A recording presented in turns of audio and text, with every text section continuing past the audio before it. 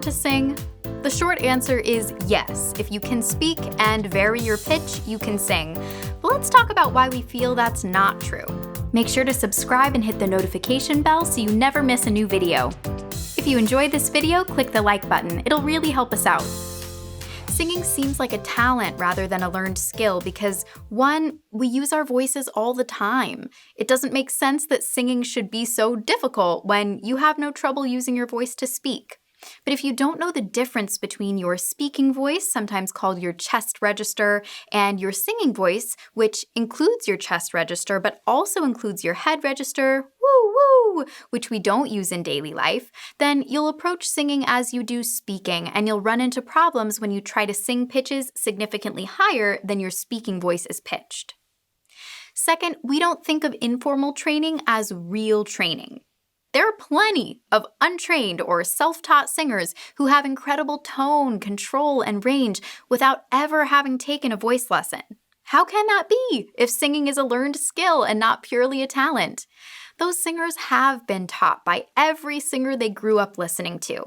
They might not use scales to warm up or fancy terminology, but they've learned about dynamics, tone quality, vowel modification, phrasing, and more just by listening and imitating what they hear. I'd venture to say that every naturally gifted singer has a lot of listening and informal practice under their belt, and that many of the best singers are also the best imitators. Third, looks can be deceiving. Unlike the guitar or the piano, the vocal instrument, specifically the vocal folds within your larynx, are hidden. What you do see and hear can give you a false impression of what the singer is actually doing. For example, you might hear a loud, strong sound and see the singer opening their mouth tall and wide, but when you try to do the same thing, your voice begins to strain and maybe even crack. You see the finishing touches of belting, for example, without seeing their larynx position or hearing the subtle vowel modification the singer is employing to avoid straining and cracking themselves. You certainly don't think of the time they've spent training their voice to sing that very note. Fourth, your voice doesn't sound the way you think it does. Almost every beginning singer I've worked with tells me they don't like the sound of their own voice. I'm a professional singer and teacher, and it took me years of consistently recording and listening to my own vocals before I could hear myself without that cringe-inducing, please let me leave the room feeling. The point is, you're not alone. Read the article linked in the video description to learn the science behind why that is.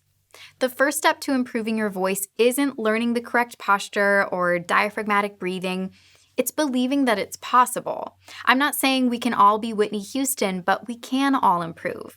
Singing is a physical and a mental skill like many others. Before you go, tell me in the comments, what are you currently working on with your voice? Where do you feel stuck? What would you like to see more of? Let us know in the comments. Visit 30daysinger.com for easy step-by-step singing lessons.